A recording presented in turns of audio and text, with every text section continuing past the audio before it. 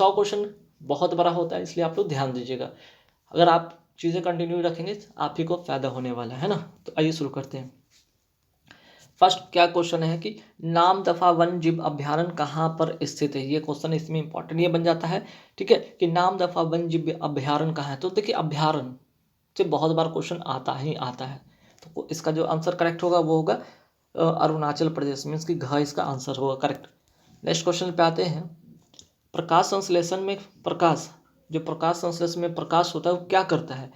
तो यहाँ पे एक रासायनिक परिवर्तन होता है, वो परिवर्तन में क्या करता है, जो यहाँ पे रासायनिक में ऊर्जा में परिवर्तन होता है, ठीक है, रासायनिक ऊर्जा में ये परिवर्तित होता है, रासायनिक ऊर्जा में क्या हो जाता है, ये परिवर्तित हो जाता है, मीन्स कि ख इसका करेक्ट आंसर होगा। प्रकाश संश्लेषण की अगर बात करें तो रासायनिक ऊर्जा में ये परिवर्तित हो जाए। काफ़ी इंपॉर्टेंट क्वेश्चन है, कई बार एग्जाम में ये पूछा भी है, तो आप इन क्वेश्चन को लाइटली नहीं लीजिएगा।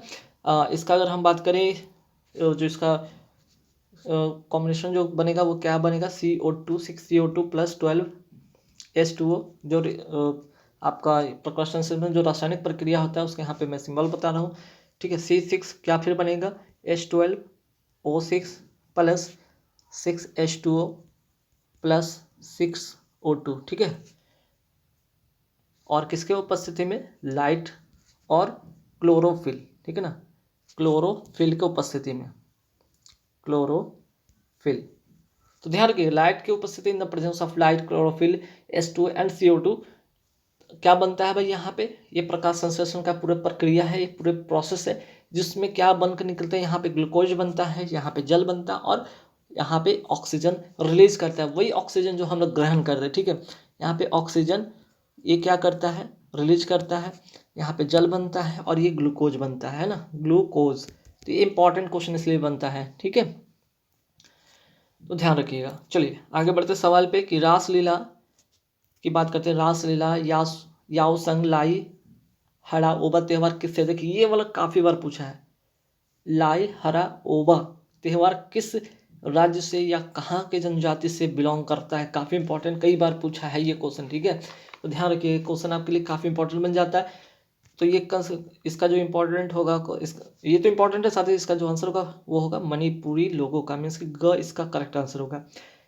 लाई हराओबा जो त्यौहार है मणिपुरी लोगों का है, ठीक है, काफ़ी इंपॉर्टेंट, कई बार पूछा एग्जाम में गाइस, तो आप इसे जरूर ध्यान दीजिएगा, इसको इग्नोर मत कीजिएगा।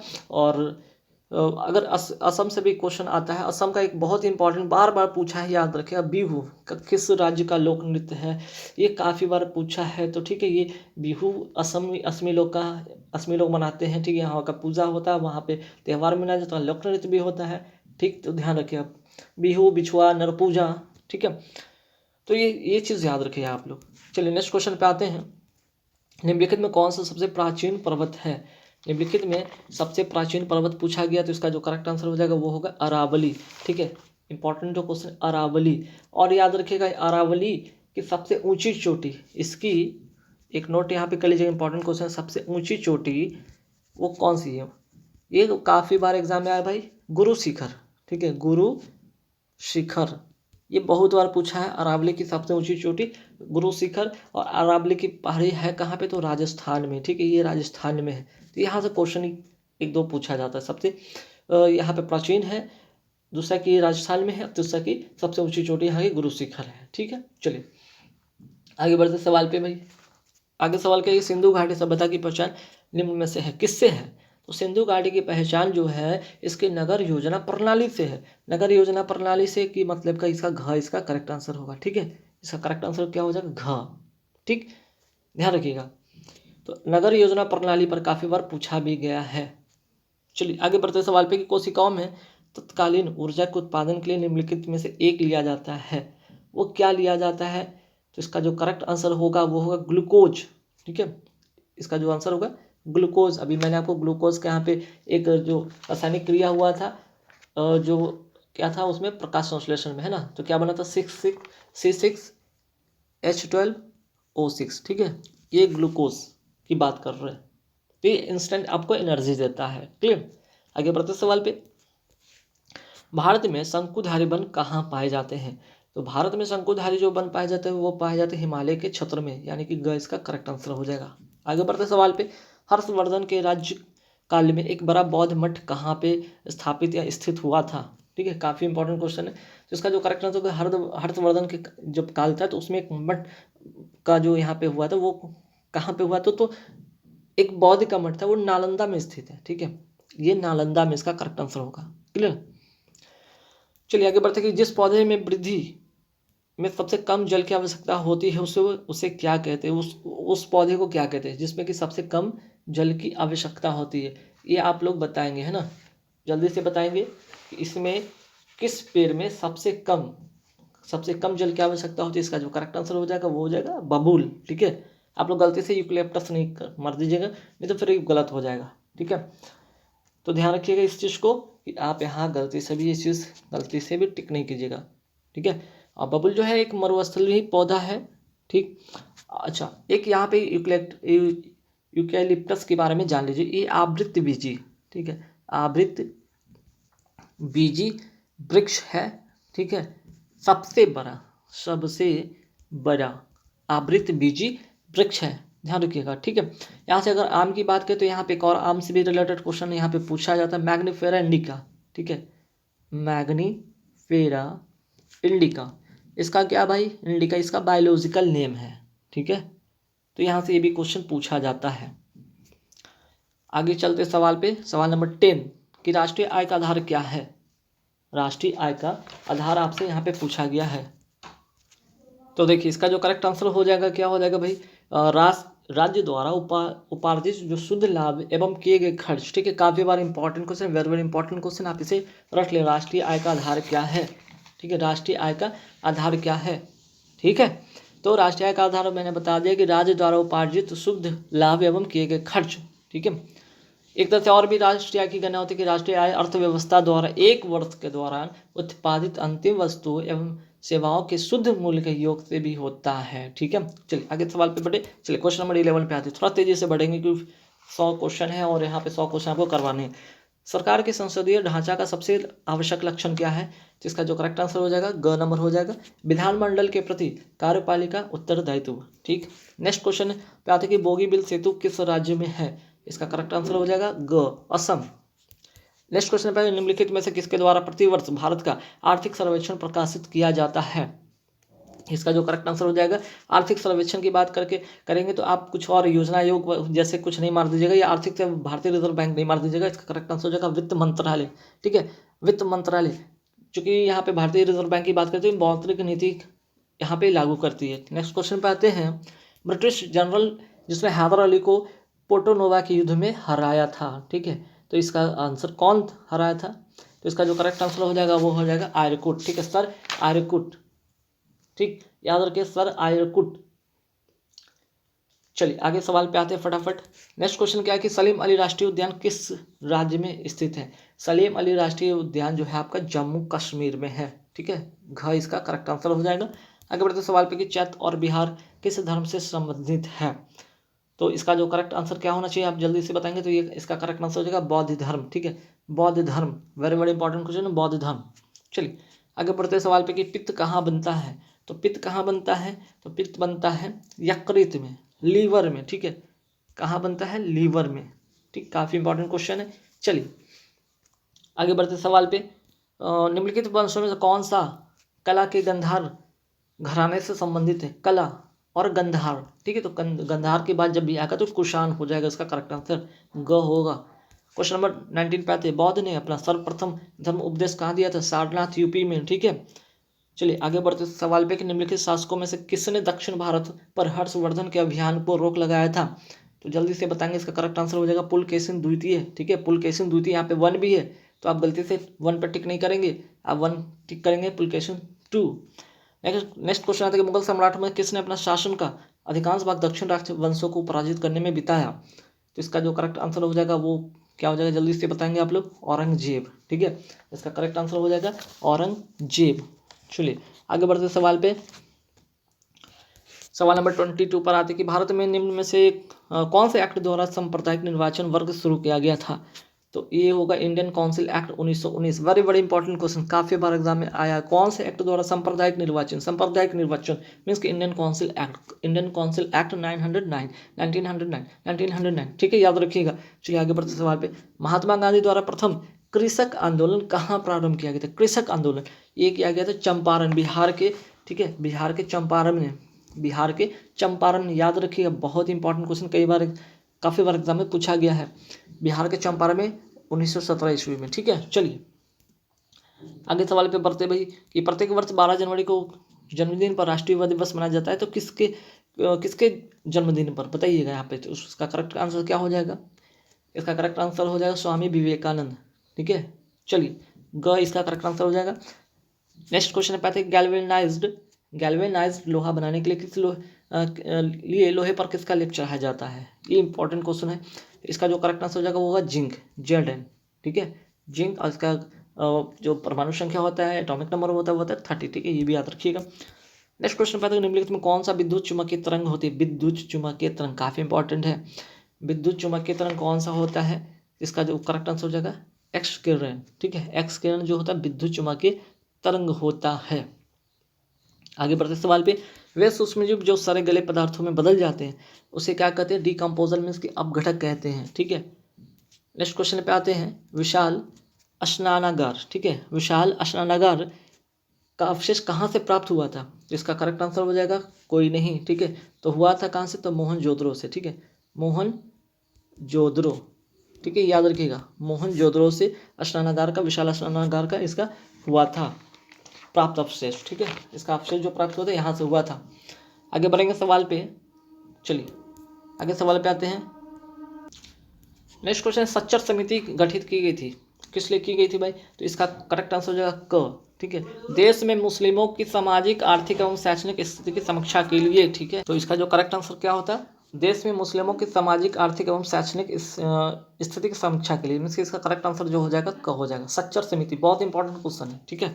चलिए अगर सवाल पे आते हैं कि एशियन डेवलपमेंट बैंक का मुख्यालय कहाँ स्थित है? इसका करेक्ट आंसर हो जाएगा मनीला, और ये स्टैब्लिश हुआ था 1996 ईस्वी में, ठीक है, काफ़ी इंपॉर्टेंट क्वेश्चन है। अब आते हैं यहाँ पे, नेक्स्ट क्वेश्चन होता है कि G8 में सबसे बाद में आने वाला देश कौन सा है? ठीक है, तो सबसे बाद में आने वाला देश आपका जो है रूस है, ठीक है। और इसमें अब मीन्स कि टोटल के कौन कौन से देश थे, तो देखिए अभी क्या इसका स्टोरी है, जरा यहाँ पे समझिएगा। ये G8 जो है ना, ये बदल गया है G7 में। ये क्या बदल गया? G7 में, क्योंकि इससे रूस बाहर हो चुका है। रूस यहाँ से इस G8 वाले ग्रुप से ये हट चुका है, ये अपने आप को यहाँ से विड्रॉ कर लिया है, ठीक है। ये मार्च 2014 की बात है कि ये चीज़ हुआ था कि G8 से रूस यहाँ से हट गया है, इस ग्रुप से हट गया है अपने आप पे, तो अब बन गया ये G7 का ग्रुप। और G7 में ग्रुप में कौन कौन से कंट्री शामिल है ये भी आप नोट कर लीजिएगा, ठीक है। जैसा कि देखिए यहाँ पे क्वेश्चन कई बार आता है कि G7 ग्रुप में कौन कौन से लोग शामिल है, तो सबसे पहले आता है पहला नंबर पे USA, ठीक है, नोट कर लिए, ठीक है। सेकंड में अगर बात करते हैं कनाडा, ठीक। थर्ड पे आप आइए तो बात करते हैं फ्रांस। फोर्थ पे आते हैं तो बात करते हैं यहाँ पे जर्मनी, ठीक है, यहाँ पे आते हैं जर्मनी। 5 पे आते हैं तो 5 पे हो जाएगा इटली, ठीक है, इटली। 5 हो गए, 2 और याद कीजिए, नोट कर लीजिए, जापान, छठा जापान। और लास्ट वाला पे आते हैं तो यूके, यूनाइटेड किंगडम, ठीक है। ये 7 कंट्री जो है आप अपने ये G7 ग्रुप में शामिल है। और 8 जबकि रूस था वो इस ग्रुप से बाहर हो चुका है, मीन्स कि अपने आप को बाहर कर लिया है, क्लियर। चलिए नेक्स्ट क्वेश्चन पे, मराठा काल में चौथ से क्या आशय है? चौथ बहुत इंपॉर्टेंट क्वेश्चन, ये एक प्रकार का कर था, चौथ एक प्रकार का क्या करता है? मराठा काल का। ये इंपॉर्टेंट क्वेश्चन कई बार पूछा जाता है एग्जाम में, पूछा भी है एग्जाम में, ठीक है, तो ध्यान रखिएगा, ठीक। चलिए आगे बढ़ते सवाल पे। चलिए यहाँ से एक चीज़ और नोट कर लीजिएगा, मराठा की अगर बात करें तो मराठा साम्राज्य, ठीक है, मराठा साम्राज्य का अगर संस्थापक की बात करें तो संस्थापक कौन थे भाई? संस्थापक थे शिवाजी, ठीक है, शिवाजी इसके संस्थापक थे। याद रखिए इनका जन्म हुआ था 1627 ईस्वी में, इनका जो है जन्म हुआ था, ठीक, ये भी याद रखिएगा। चौथ एवं सरदेशमुखी, ध्यान रखिए, चौथ की बात तो हो गया, एक सरदेशमुखी भी है, ठीक है, सरदेशमुखी, ये दोनों क्या था? इनके शासनकाल में लगाया गया था कर, ठीक है। सरदेशमुखी भी क्या था? एक प्रकार का ये कर ही था, ये था, और चौथ था, ध्यान रखिए 2 चीज़ें। चलिए नेक्स्ट क्वेश्चन पे आते हैं कि उत्पाद शुल्क क्या है? उत्पाद शुल्क यहाँ पे जो होगा इसका करेक्ट आंसर हो जाएगा वो होगा आपका एक प्रकार का अप्रत्यक्ष कर। उत्पाद शुल्क जो हो जाएगा आपका एक प्रकार का अप्रत्यक्ष कर। ठीक है, 33 क्वेश्चन नंबर 33। ठीक है, अब से इसमें और कौन कौन से अप्रत्यक्ष कर में और कौन कौन से हो सकते हैं। उत्पाद शुल्क तो हो गया, एक नोट कर लिया आपने। एक में बिक्री कर भी आप नोट कर लीजिए, कई बार एग्जाम में आता है कि बिक्री कर क्या है, ये भी अप्रत्यक्ष कर है। तट कर क्या है, जो होता है तट कर क्या है, ये भी है। उसके बाद एक और क्वेश्चन आता है सीमा शुल्क। ठीक है, सीमा शुल्क, ये तीन जो है ना, 4, 1 2 3 4, ये काफ़ी बार पूछा गया। बिक्री कर, तट कर, सीमा कर, उत्पाद शुल्क सभी अप्रत्यक्ष कर के उदाहरण है। तो यहाँ से एक क्वेश्चन और भी बन जाता है, प्रत्यक्ष कर के कुछ उदाहरण भी आप नोट कर लीजिए। ठीक है, प्रत्यक्ष कर में कौन कौन शामिल हो, जैसे आयकर, इनकम टैक्स जिसको कहते हैं ना, आयकर हो गया। संपत्ति का कर, संपत्ति कर हो गया यहाँ पे।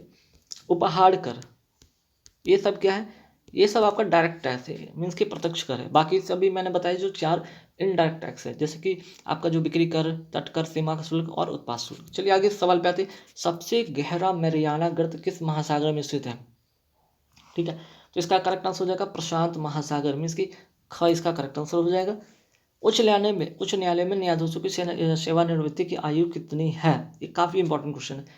62 ईयर्स है। ठीक है, उच्च न्यायालय में। हाई कोर्ट की बात करें तो, हाई कोर्ट की बात करें तो 62 साल, और सुप्रीम कोर्ट की बात करें, ठीक है, सुप्रीम कोर्ट की बात करें तो कितना है, 65 ईयर्स।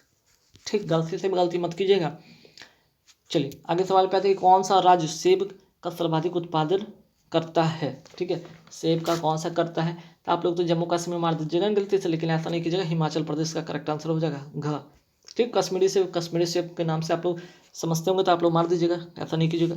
नेक्स्ट क्वेश्चन पे, दक्षिण सूडान की राजधानी क्या है। दक्षिण सूडान की राजधानी है खार्तूम। ठीक है, चलिए नेक्स्ट क्वेश्चन पे आते हैं भाई कि बंगाल के किस नवाब ने मुंगेर को अपनी राजधानी बनाया। तो इसका जो करेक्ट आंसर क्या हो जाएगा भाई, इसका करेक्ट आंसर हो जाएगा मीर कासिम। ठीक है, ग, मीर कासिम। अब आते हैं नेक्स्ट क्वेश्चन में, श्वेतलिंग। ठीक है, श्वेतलिंग कप किससे संबंधित है, तो इसका करेक्ट आंसर होगा टेबल टेनिस से। वेरी वेरी इंपॉर्टेंट क्वेश्चन है श्वेतलिंग कप। ठीक है, चलिए आगे बढ़ते सवाल पे। सवाल नंबर 40 पे आते हैं कि हेपेटाइटिस बी वायरस निम्नलिखित किस रोग हेतु जिम्मेदार है, तो इसका करेक्ट आंसर हो जाएगा पीलिया। ठीक, नेक्स्ट क्वेश्चन पे आते हैं कि ईस्ट इंडिया कंपनी को बंगाल, बिहार एवं उड़ीसा में दीवानी का अधिकार प्रदान किसने किया था, तो इसका करेक्ट आंसर होगा शाह आलम द्वितीय ने, शाह आलम द्वितीय ने। ठीक है, चलिए नेक्स्ट क्वेश्चन पे आते हैं, निम्नलिखित में कौन सी तरंग ध्रुवित नहीं हो की जा सकती, मीन्स की पोलराइज नहीं की जा सकती, इसका करेक्ट आंसर हो जाएगा ध्वनि तरंगे। ठीक है, ध्वनि तरंगे। और ध्वनि तरंगे के बारे में एक बार एक और नोट कीजिए कि एक लॉन्गिट्यूडनल वेव है। ठीक है, लॉन्गिट्यूडनल वेव है ये। ठीक, लॉन्गिट्यूडनल कहे तो अनुदैर्घ्य। ठीक है, अनुदैर्घ्य तरंग है। ठीक है, चलिए नेक्स्ट क्वेश्चन पे, निम्नलिखित कौन सा जोड़ा सही है, आपको जोड़ा कौन सा जोड़ा सही है ये बताना है इसमें से। ठीक, तो देखिए यहाँ पे क्वेश्चन क्या था, कौन सा जोड़ा सही है पूछा है, सही है, सही नहीं है, सही है। ठीक है, तो ये जो करेक्ट आंसर हो जाएगा वो होगा टार्टिक अम्ल। ठीक है, टार्टिक अम्ल इमली में पाया जाता है, बिल्कुल सही है। तो भाई ठीक है, लैक्टिक अम्ल नींबू मीन्स के नींबू में लैक्टिक अम्ल पाया जाता है, नहीं, तो इसमें क्या पाया जाता है, ये दूध में पाया जाता है। ठीक है, ये तो होता नहीं। तो सैल्टिक अम्ल दूध में भी नहीं पाया जाता होगा, तो ये किस में पाया जाता है, ये नींबू में पाया जाता है, नींबू में।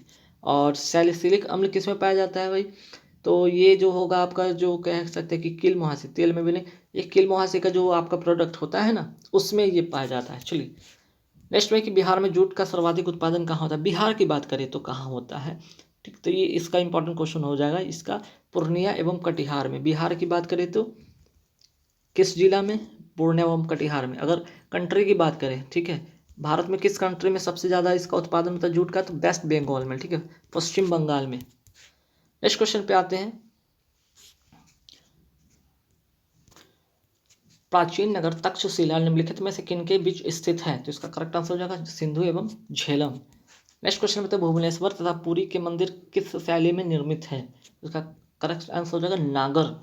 आगे बढ़ते सवाल के, प्रसिद्ध संगीतज्ञ तानसेन का मकबरा स्थित है, कहाँ स्थित है, ग्वालियर में। ठीक है, नेक्स्ट क्वेश्चन पे आते हैं कि गुर्जर प्रतिहार वंश की स्थापना किसने किया था, तो इसका जो करेक्ट आंसर हो जाएगा जल्दी से बताएंगे, नागभट्ट प्रथम। ठीक है, आगे बढ़ते सवाल में कि 12 मास की रचना किसने की थी, 12 मास की रचना की थी मलिक मोहम्मद जैसी ने। ठीक, आगे बढ़ते सवाल पे कि मीराबाई किसके समकालीन थी, तो मीराबाई समकालीन थी चैतन्य महाप्रभु के। ठीक, नेक्स्ट क्वेश्चन में भारत में किस मुस्लिम शासक ने जजिया कर प्रचलन किया था? मुस्लिम शासक ने जो किया था वो था यहाँ पे आंसर होगा मोहम्मद बिन कासिम। भारत में प्रथम पुर्तगाली गवर्नर कौन था? तो इसका हो जाएगा आंसर अल्मेडा। ठीक है, 1505 में ये बना था। और इसके बाद सेकंड जो बना था वो ये बना था अलबुकर्क, जो कि 1509 में बना था। ठीक है, तो करेक्ट आंसर हो जाएगा क। नेक्स्ट क्वेश्चन पे आते हैं इसके यहाँ पे कि महाराज रणजीत सिंह के उत्तराधिकारी कौन थे? तो इसका करेक्ट आंसर हो जाएगा यहाँ पे क्वेश्चन छूट गया क्या? महाराज रणजीत सिंह के उत्तराधिकारी, यहाँ पे ऑप्शन छूट गया। इसका आंसर यहाँ पे मैं लिख देता हूँ। इसका आंसर हो जाएगा खड़ग सिंह। ठीक है, चलिए नेक्स्ट जो क्वेश्चन है यहाँ पे ऑप्शन गलत लिखा गया है ना। आगे है कि आगे क्वेश्चन नहीं लिखा गया क्या? आगे क्वेश्चन जो था कि महाराष्ट्र में किस समाज सुधारक को लोक हितवादी कहा जाता है? यहाँ पे क्वेश्चन, अच्छा ये क्वेश्चन लिखा गया, ये क्वेश्चन ही है 54 आप नोट के लिए। क्वेश्चन है कि महाराष्ट्र में किस समाज सुधारक को लोक हितवादी कहा जाता था? इसका करेक्ट आंसर हो जाएगा गोपाल हरि देशमुख। इसका तो ऑप्शन है नहीं, तो यहाँ पे आंसर मैंने लिख दिया था खड़ग सिंह। ठीक है, चलिए निम्नलिखित में किस भारतीय नेता ने लंदन में प्रथम गोलमेज कॉन्फ्रेंस में भाग लिया था? नेता ने, ठीक है, नेता का नाम आएगा तो यहाँ पे जो करेक्ट आंसर क्या हो जाएगा जल्दी बताइए। तो मौलाना मोहम्मद अली। ठीक, सर्वोदय शब्द का प्रयोग सर्वप्रथम किसने किया था? तो इसका करेक्ट आंसर हो जाएगा महात्मा गांधी ने। नेक्स्ट क्वेश्चन है किसने कहा था, कहा था, ठीक है, किसने कहा था कांग्रेस पतन के लिए लड़खड़ा रही है? मेरी सबसे बड़ी अभिलाषा जब तक मैं भारत में हूँ कांग्रेस की शांतिपूर्ण समाप्ति में सहायता करना चाहूँगा। तो इसका करेक्ट आंसर हो जाएगा लॉर्ड कर्जन ने। ठीक है, लॉर्ड कर्जन है, और लॉर्ड कर्जन ही ने 1905 में क्या किया था? बंगाल विभाजन किया था। ठीक है, ये यहाँ से एक और क्वेश्चन बनता है, बंगाल विभाजन लॉर्ड कर्जन ने ही किया था।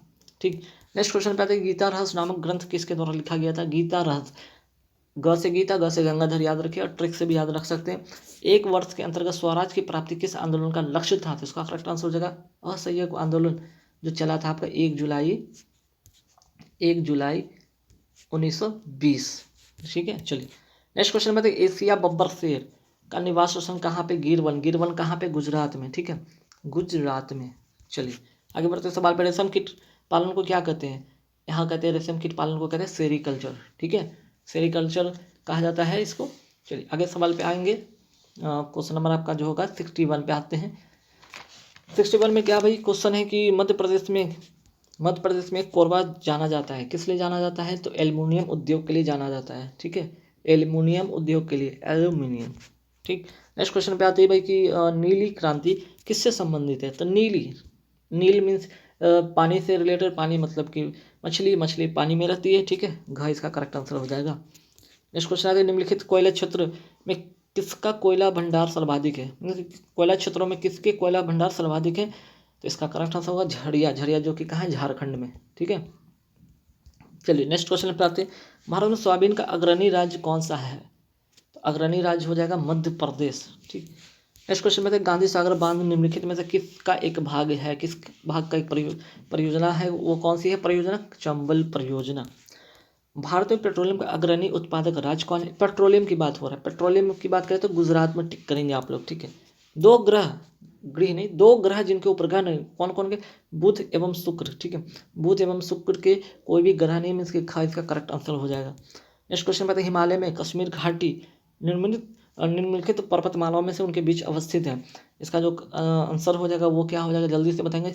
जास्कर एवं पीर पंजाल। कश्मीर घाटी की बात करें तो जास्कर एवं पीर पंजाल में है। नेक्स्ट क्वेश्चन, संयुक्त राज्य अमेरिका सिलिकॉन वैली अवस्थित है, कहाँ पे है? तो इसका करेक्ट आंसर हो जाएगा कैलिफोर्निया में। मोना लाओ एक सक्रिय ज्वालामुखी है, कहाँ की है? जल्दी से बताएंगे आप लोग, इसका जो करेक्ट आंसर क्या होगा? तो इसका करेक्ट आंसर हो जाएगा हवाई द्वीप। ठीक है, नेक्स्ट क्वेश्चन 71 पे आते हैं कि भारत में मुद्रास्फीति की माप होती है, किससे होती है भाई? कौन करता है इसकी माप? केंद्रीय सांख्यिकी संगठन द्वारा। केंद्रीय सांख्यिकी संगठन द्वारा कहाँ गया? यहाँ ऑप्शन कहाँ गया इसका? सॉरी, यहाँ पे ऑप्शन अलग है। भारत में मुद्रास्फीति की माप होती है। मैंने दूसरा क्वेश्चन का ऑप्शन मैंने बोल दिया। इसका थोक कीमत सूचकांक द्वारा। ठीक है, थोक कीमत सूचकांक के द्वारा। आते हैं नेक्स्ट क्वेश्चन पे, जनपद स्तर पर ग्रामीण कार्यक्रम में के क्रियान्वयन हेतु एजेंसी है, वो एजेंसी का नाम है जिला ग्रामीण विकास एजेंसी। Very very important question. Bharat में राष्ट्रीय आय का अनुमान किसके द्वारा किया जाता है? ये इसका आंसर, ये वाला ऑप्शन मैंने पहले बोल दिया था, केंद्रीय सांख्यिकी संगठन द्वारा, तो ग इसका करेक्ट आंसर होगा। ठीक है, चलिए निम्नलिखित कौन सी खरीफ फसल है? खरीफ फसल है, करेक्ट आंसर क्या हो जाएगा? सोयाबीन खरीफ फसल है। ठीक है, पत्र स्वर्ण का अर्थ क्या है भाई? तो पत्र स्वर्ण का अर्थ ये है कि अंतर्राष्ट्रीय मुद्रा कोष का विशेष आहरण अधिकार है। आते क्वेश्चन नंबर 76 पे, राष्ट्रपति पर महाभियोग का आरोप संसद के किस सदन द्वारा लगाया जाता है? ठीक है, तो इसका आपको आंसर बताना है, फटाफट जल्दी बताइए। तो इसका जो करेक्ट आंसर है, संसद के किसी भी सदन द्वारा। ठीक है, नेक्स्ट क्वेश्चन पे आते हैं, संसद के 2 सत्रों के बीच आधिकारिक अंतराल कितना होना चाहिए? तो इसका करेक्ट आंसर हो जाएगा 6 महीने। आगे बढ़ते सवाल पे कि पंचायती राज सर्वप्रथम परिवर्तित किया गया था किस राज्य में? तो राजस्थान में इसका करेक्ट आंसर होगा। भारत का कार्यपालिका अध्यक्ष कौन होता है? कार्यपालिका का अध्यक्ष कौन होता है? कार्यपालिका मीन्स की राष्ट्रपति। नेक्स्ट क्वेश्चन पे राजनीति शब्दावली में शून्यकाल का अर्थ क्या है? तो शून्यकाल का अर्थ होता है स्थगन काल। ठीक है, शून्यकाल का अर्थ होता है स्थगन काल। भारत शासन द्वारा राजकीय चिन्ह कब से अंगीकृत किया गया था? ठीक है, राजकीय चिन्ह 26 जनवरी 1950। मंत्रिपरिषद सामूहिक रूप से किसके लिए उत्तरदायी होते हैं? तो लोकसभा के प्रति ये उत्तरदायी होते हैं। किसी तारे का रंग दर्शाता है, उसका रंग किसके कारण होता है, बदलता रहता है? उसके टेम्परेचर के कारण, उसके ताप के कारण। ठीक है, दूध उदाहरण है किसका? विलयन का, इमल्सन का, कोलाइड विलयन का या बायु विलयन का? तो इसका जो करेक्ट आंसर क्या हो जाएगा भाई? इसका करेक्ट आंसर जल्दी बताएं आप लोग। तो इसका हो जाएगा आंसर सी, इमल्सन का। ठीक है, नेक्स्ट क्वेश्चन पे आते हैं, किस बिंदु पर सेंटीग्रेड एवं फ़ारेनहाइट तापक्रम एक ही रहता है? तो -40 डिग्री टेम्परेचर पर।